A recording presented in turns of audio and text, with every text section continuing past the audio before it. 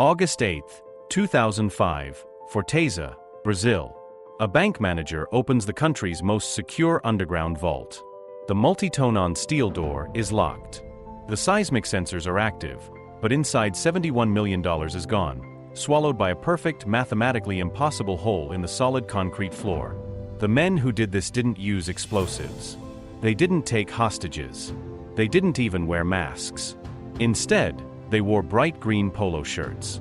They smiled at the police. They handed out business cards to the music locals. And they ran a fake neighborhood landscaping company right down the street. While the city of Fortaleza walked right past their storefront, this team of friendly gardeners spent 3 months digging a 78 tunnel straight into the National Reserve. And this wasn't just a muddy hole in the ground. They built a subterranean masterpiece. It had structural wood paneling, fully wired electric lighting, and a massive professional air conditioning system so the thieves wouldn't sweat in the brutal Brazilian heat. In broad daylight, they hauled away 80 tons of excavated dirt in vans branded Music, with their fake company logo, and absolutely nobody suspected a thing. How do you dig an underground highway through a major metropolis without triggering a single seismic alarm? And how did a fake artificial grass company manage to steal Music 3.5 tons of untraceable cash, completely fooling the entire Brazilian government? To pull off a heist of this magnitude, you don't target a normal bank. You target the source. The Bank of Central in Forta wasn't a commercial branch where average citizens deposited their paychecks. It was a regional reserve. It processed the currency for the entire state. Inside its subterranean vault sat roughly 160 million reais. But more importantly, these were used, worn-out 50 real notes waiting to be evaluated for destruction. To a criminal, used non-sequential bills are the holy grail. They are ghosts. They have no sequential serial numbers to track, making them completely invisible once they re-enter the economy. But getting to those ghosts was a physical impossibility. The Banco Central was a modern fortress. The vault was buried 4 beneath the earth. The walls, the ceiling, and the floor were encased in 2 of solid steel laced concrete. The interior was monitored by closed-circuit cameras and volumetric motion sensors. But the true lethal threat lay hidden in the foundation. The floor was embedded with ultra-sensitive seismic detectors.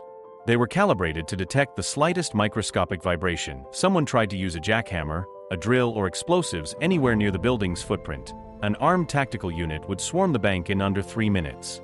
You couldn't go through the doors. You couldn't go through the walls. But Antonio José Alves dos Santos, a high-level career criminal known in the South American underworld as Alamo, realized something crucial about fortress security. Security architects design vaults based on what is humanly probable. They assume no human being has the patience, the funds, or the sheer engineering genius to dig a tunnel the length of a football field through the center of a heavily populated city. Alamon was going to prove them wrong. But Alamon wasn't an engineer. He was a visionary with deep pockets. To dig a 78 tunnel underneath Fortaleza, he needed a highly specialized army. Partnering with a wealthy criminal financier named Luis Fernando Rivero, Alamo began recruiting not thugs, but professionals. They hired civil engineers, expert excavators, electricians, and logisticians. A crew of over 30 men. But the greatest problem with digging a tunnel isn't the digging, it's the dirt. A tunnel 78 long and nearly a meter wide generates roughly 80 tons of dense earth, clay, and rock. You cannot move 80 tons of dirt out of a building in the middle of a crowded city block without someone calling the police. If they were going to do this, they needed a cover story so bulletproof, so brilliantly mundane that even if a cop walked right through their front door, he wouldn't suspect a thing. They needed to hide in plain sight. Music, if you like stories like this one, make sure to hit that subscribe button and like the video and comment down below what video you want me to do next. Now, let's get straight back to the video. In May 2005, exactly 3 months before the heist, a quiet commercial property was rented on Rua 25 de Maio. It was located exactly 1 city block away from the Banco Central. The new tenants, Music, quickly went to work renovating the building. They painted the facade a bright, welcoming, cheerful green. Above the heavy front doors, they hung a large professional commercial sign that read synthetic grass. This was the stroke of absolute, unmatched criminal genius that made the heist of the century possible. A landscaping and artificial turf, Music, company deals exclusively in heavy materials. Their daily legal operations require massive amounts of soil, sand, concrete, and heavy equipment to be moved in and out of properties all day long. When the neighboring business owners saw sweaty, dirty men hauling heavy, unmarked burlap sacks out of the building and loading them into trucks, they didn't see bank robbers emptying a tunnel. They just saw hard-working gardeners. And the crew went music to astonishing lengths to sell the illusion. They didn't just hang a sign. They operated the business. They legally registered Gramma Synthetica with the local government. They paid commercial taxes. They bought a fleet of white delivery vans and professionally painted their green landscaping logo directly onto the side panels. They printed high-quality business cards and handed them out to the local shops and restaurants. They didn't just hang a sign. They operated the business. They legally registered Gramma Synthetica with the local government. They paid commercial taxes. They bought a fleet of white delivery vans and professionally painted their green landscaping logo directly onto the side panels. They printed high-quality business cards and handed them out to the local shops and restaurants. Security architects design vaults based on what is humanly probable. They assume no human being has the patience, the funds, or the sheer engineering genius to dig a tunnel the length of a football field through the center of a heavily populated city. Alamwan was going to prove them wrong. But Alamon wasn't an engineer. He was a visionary with deep pockets. To dig a 78 tunnel underneath Fortaleza, he needed a highly specialized army. Partnering with a wealthy criminal financier named Luis Fernando Rivero, Alamo began recruiting not thugs, but professionals. They hired civil engineers, expert excavators, electricians, and logisticians. A crew of over 30 men. But the greatest problem with digging a tunnel isn't the digging, it's the dirt. A tunnel 78 long and nearly a meter wide generates roughly 80 tons of dense earth, clay, and rock. You cannot move 80 tons of dirt out of a building in the middle of a crowded city block without someone calling the police. They were going to do this. They needed a cover story so bulletproof, so brilliantly mundane that even if a cop walked right through their front door, he wouldn't suspect a thing. They needed to hide in plain sight. Music. If you like stories like this one, make sure to hit that subscribe button and like the video and comment down below what video you want me to do next. Now, let's get straight back to the video. In May 2005, exactly 3 months before the heist, a quiet commercial property was rented on Rua 25 de Mayo. It was located exactly 1 city block away from the Banco Central. The new tenants, Music, quickly went to work renovating the building. They painted the facade a bright, welcoming, cheerful green. Above the heavy front doors, they hung a large professional commercial sign that read synthetic grass. This was the stroke of absolute, unmatched criminal genius that made the heist of the century possible. A landscaping and artificial turf, Music, company deals exclusively in heavy materials.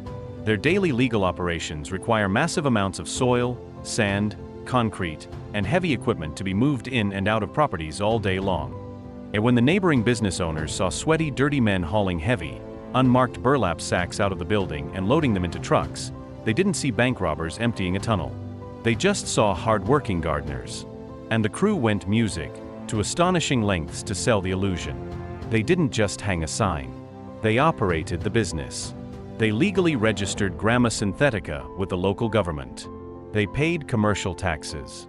They bought a fleet of white delivery vans and professionally painted their green landscaping logo directly onto the side panels. They printed high-quality business cards and handed them out to the local shops and restaurants. They wore matching green company polo shirts. When neighbors asked how business was going, the thieves would cheerfully explain they were selling artificial turf to local schools and soccer clubs. They were so friendly, so professional, and so active in the community that the neighborhood absolutely loved them. But while the gardeners were shaking hands at the front door, in the back room, the floorboards had been ripped completely open, and the real work was just beginning. To reach the Banco Central, they had to dig straight down into the earth. But the geology of Fortaleza is incredibly unforgiving. If they dug too shallow, they would slam into the city's complex, explosive web of pressurized water mains, sewer lines, and high-voltage electrical grids. If they dug too deep, they would breach the water table. The tunnel would instantly flood, burying them alive in a suffocating muddy tomb. The math had to be flawless. Music. How do you navigate a subterranean labyrinth completely blind? And what happens when the brutal Brazilian heat threatens to roast the diggers alive beneath the pavement? The target depth was exactly 4 m. Once the crew hit that sweet spot, they leveled out and began digging horizontally. Their path took them directly beneath the busy Avenue Dom Manuel, one of the most heavily trafficked streets in the center of Fortaleza. But the physical conditions underground were a living hell. The tunnel was only 70 centimeters wide. That is barely 2 feet. It was just enough room for a grown man's shoulders to squeeze through. The diggers couldn't stand. They couldn't even kneel. They had to lie completely flat on their stomachs, scraping away the dense earth, music clay, and rock by hand, using short-handled shovels and picks. And then there was the heat. The Brazilian summer is notoriously brutal. Underground, trapped inside music, a tiny dirt tube with no ventilation, the temperature frequently pushed past 100 degrees Fahrenheit. The air was thick with suffocating dust music, and oxygen levels dropped to dangerously low levels the further they dug. A normal crew of thugs would have suffocated or abandoned the job within a week. But to survive the impossible, Alamo's crew didn't just music dig. They engineered. The soil in Fortaleza is incredibly, snorts, unstable. A sudden cave-in wouldn't just bury the digger alive. Music, it would cause the heavy asphalt street above to violently collapse inward, creating a massive sinkhole that would instantly expose the entire operation to the city. So they built a skeleton. As the diggers' music pushed forward inch by inch, the engineers followed right behind them, lining the dirt walls and ceiling with music-thick, heavy wooden planks. They braced the wood with steel beams, creating a perfectly rigid, structurally sound underground corridor. To solve the darkness, they tapped directly into the city's subterranean power grid. They strung miles of heavy electrical wiring along the wooden beams, illuminating the pitch-black tube with a continuous string of bright incandescent bulbs. But the true stroke of genius, the detail that makes this heist legendary, was the air. To keep the diggers from roasting alive and suffocating in the music dust, the crew ran thick PVC piping the entire 78 m length of the tunnel. They connected these pipes directly to a heavy-duty industrial air conditioning unit back inside the fake landscaping shop. Imagine crawling through a claustrophobic pitch-black dirt tube deep beneath a major city, but breathing crisp climate-controlled, music-refrigerated air. This wasn't a crude escape hatch. It was a luxury underground highway. To handle the 80 tons of excavated dirt, they built a custom mechanical pulley system. The digger at the front of the tunnel would fill a burlap sack music with mud, hook it to a rope, and the men back in the shop would haul it all the way back on a set of plastic wheels. Once the dirt reached the back music room of Gramma Synthetica, it was stacked, loaded into the white delivery vans with the fake green logos and driven out of the city in broad daylight. And the cover story worked flawlessly. In fact, it worked too well. The crew had made the fake storefront look so legitimate that actual real-world customers kept walking in off the street to buy artificial grass. Instead of turning them away and raising suspicion, the bank robbers actually sold it to them. They smiled, wrote up receipts, and loaded turf into customers' cars, all while their partners were 13 feet directly below the floorboards music, digging toward the National Reserve. But digging is only half the battle. Navigation is the real nightmare. If you are digging a tunnel of football field long, completely blind, and you veer music off course by even a single degree, you don't hit the vault. You hit solid bedrock, or worse, you drill straight up into the middle of the bank lobby while the guards are watching. GPS systems in 2005 did not work underground. The crew had to rely on pure mathematics. They used advanced compasses, stolen city blueprints, and precise geometric calculations, music, to ensure their subterranean path was flawlessly straight. Working in shifts 24 hours a day, 7 days a week, the crew averaged about 1 meter of progress per music day. For 3 exhausting months, they inched closer. By the first week of August 2005, the digger at the front of the tunnel struck his shovel against something hard. It wasn't a rock. It was perfectly smooth, flat, and cold. They had reached the exact coordinates. Directly above their heads was the subterranean floor of the Banco Central vault. But reaching the vault and getting inside are two completely different realities. Music, directly above them lay 2 m of solid military-grade concrete laced with a thick, unbreakable grid of steel rebar.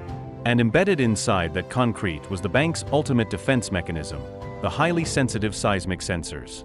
These sensors were calibrated to detect the microscopic vibrations of a dropped coin.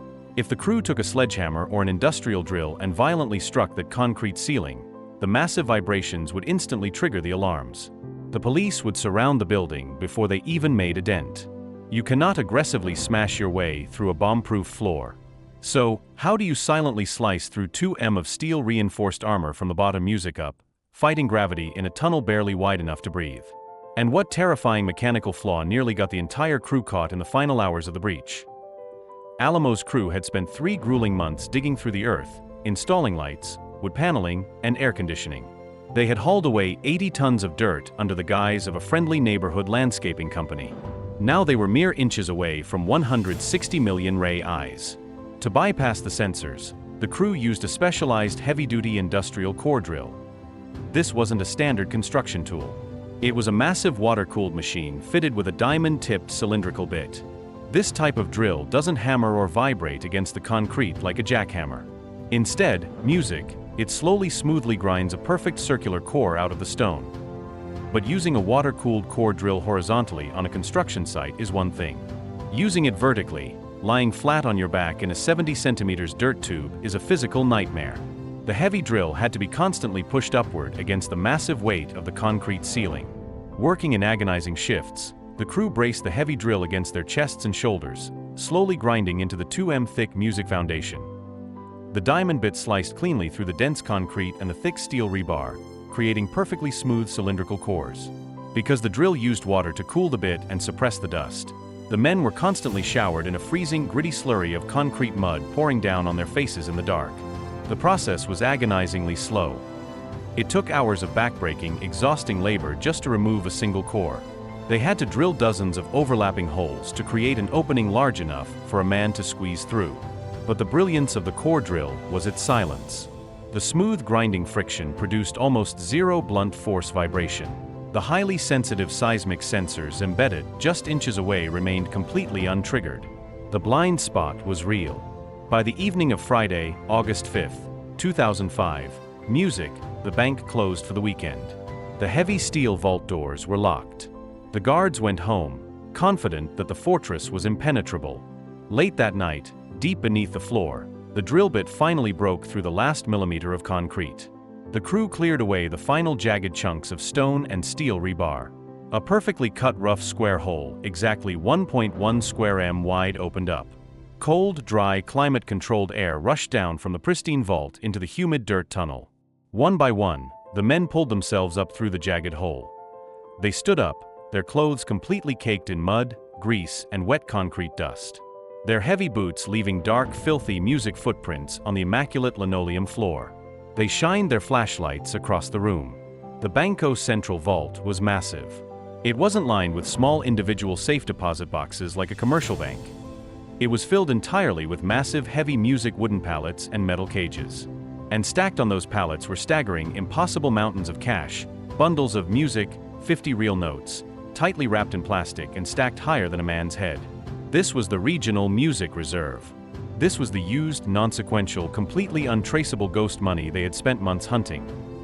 But as the crew began to celebrate, the sheer overwhelming reality of their success hit them.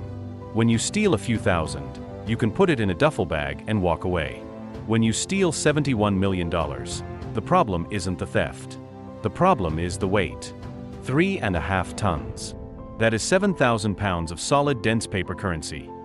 The crew now faced a massive, terrifying logistical nightmare. They had to move 3.5 tons of money out of the vault, drop it down a jagged hole, and drag it 78 m through a cramped 70 centimeters wide dirt tube on their stomachs. And they had to do it before the bank opened on Monday morning. The crew immediately formed a human chain. They frantically ripped the plastic wrapping off the massive pallets of cash. They stuffed the millions of ray eyes into heavy burlap sacks, the exact same sacks they had used to haul away the dirt for the fake landscaping company. They violently shoved the heavy bulging sacks down the hole into the tunnel. The men stationed in the dark sewer below grabbed the ropes attached to the bags. Using the same mechanical pulley system they used for the excavated earth, they desperately hauled the millions of dollars back to the Grammaretica shop. For 48 straight hours, the crew worked in a frantic, exhausting frenzy. Bag after bag, ton after ton, the money flowed out of the impregnable vault and straight into the back room of a fake gardening business. The physical toll was immense. Their muscles cramped, their hands blistered, but the adrenaline of pulling off the impossible kept them moving. By Sunday evening, the vault was completely music gutted. The crew had stolen approximately 164 million ray eyes, roughly 71 million US. As they prepared to climb down the hole for the final time, they looked around the ruined vault. The empty wooden pallets, the scattered torn plastic wrapping, the massive dark hole in the center of the floor. Music, they didn't leave a poetic note. They didn't weld the doors shut. They simply vanished back into the earth, leaving the bank's pristine security system completely intact, completely bypassed, and completely useless. On Monday morning, August 8th, the bank manager arrived. The massive steel doors opened smoothly. No alarms had tripped. But when the lights flicked on, the police found a hole in the floor and an empty room. The authorities were absolutely stunned. They immediately descended into the tunnel.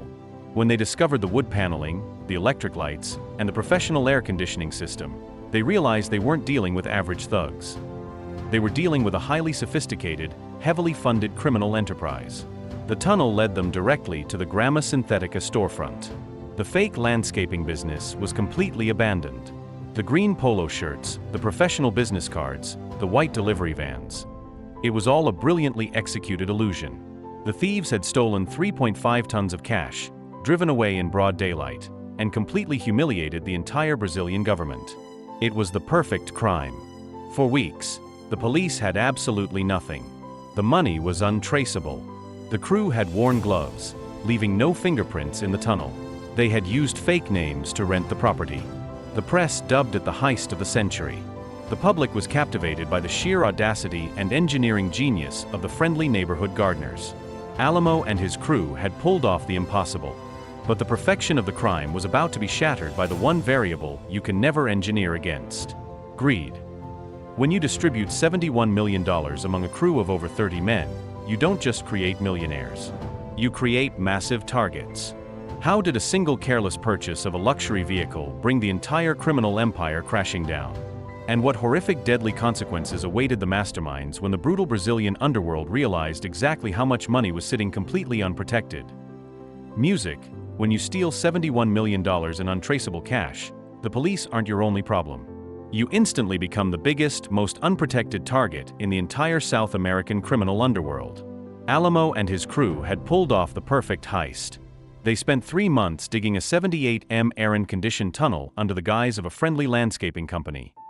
They bypassed the seismic sensors with a diamond-tipped core drill. They emptied the Banco Central in Fortaleza of 3.5 tons of used non-sequential bills, and they vanished without a trace. The authorities had absolutely nothing. Nos fingerprints, nos vidéofootages, nos identici. But a crew of over 30 men. Music is not a monolith. T is a fragile alliance built entirely on greed. And when you hand millions of dollars to men who aren't used to having it, discipline shatters. Music, the first crack in the foundation, appeared almost immediately. Instead of laying low and slowly laundering the massive influx of cash, several lower-level members of the digging crew started spending aggressively. They walked into luxury car dealerships carrying heavy duffel bags stuffed with damp, dirt-stained 50 real notes. They bought top-of-the-line SUVs and high-end sedans with literal stacks of cash that still smelled like the subterranean dirt tunnel of Fortaleza. In a poor country, that kind of reckless, sudden music wealth screams guilt. The police, who had been completely humiliated by the flawless engineering of the tunnel, were desperate for a lead. Music, they weren't looking for masterminds. They were looking for idiots, and the car dealerships gave them exactly what they needed. Within days of the heist, the authorities received tips about young men buying luxury vehicles with massive amounts of small-denomination cash.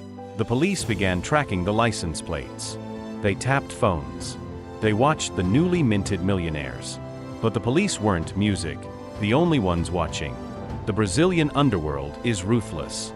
Word spread quickly that a crew of amateur diggers and mid-level criminals had just walked away with $71 million in untraceable cash. Rival gangs, organized crime syndicates, and even heavily armed, highly corrupt off-duty police officers realized something incredibly dangerous. The thieves had no way to protect the money. They couldn't go to the authorities if they were robbed. They couldn't put the cash in a bank. The hunters became Music the hunted. In the weeks and months following the heist, a brutal, terrifying wave of kidnappings swept across the country. Corrupt police officers and violent cartels began systematically tracking down the members of Alamo's crew. Music, they didn't arrest them. They abducted them. They dragged the thieves into dark rooms, tortured them, Music, and demanded millions of dollars in ransom. Families of the robbers were violently targeted. Music, The stolen wealth of the Banco Central was being bled dry by the very criminal ecosystem the crew thought they had outsmarted. Music, the most tragic, brutal consequence of the heist, fell upon Luis Fernando Ribeiro, Music, the wealthy criminal financier who had funded the entire operation. Rivero was the man who paid for Music, the rented house, the white vans, and the heavy digging equipment. He was a mastermind. Music, but in October 2005, just 2 months after the robbery, Ribeiro was violently kidnapped Music in São Paulo. His kidnappers demanded a massive ransom. Ribeiro's family frantically paid nearly $1 million in cash to secure his release, but the kidnappers didn't honor the deal. Roberto was murdered. His body was found dumped on a desolate road. The men who killed him were later revealed to be corrupt police officers who had tracked the stolen money and decided to take it for themselves. The perfect crime had devolved into absolute bloody chaos. As the bodies dropped and the kidnappings escalated, Music, the surviving members of the crew panicked. The discipline that had built the perfect tunnel completely evaporated. They made more mistakes. They made more frantic phone calls. The legitimate police swooped in using the wiretaps and the careless luxury vehicle purchases. The authorities began dismantling the crew one by one. In September 2005, they arrested 5 men and recovered roughly $5 million hidden inside vehicles being transported across the country.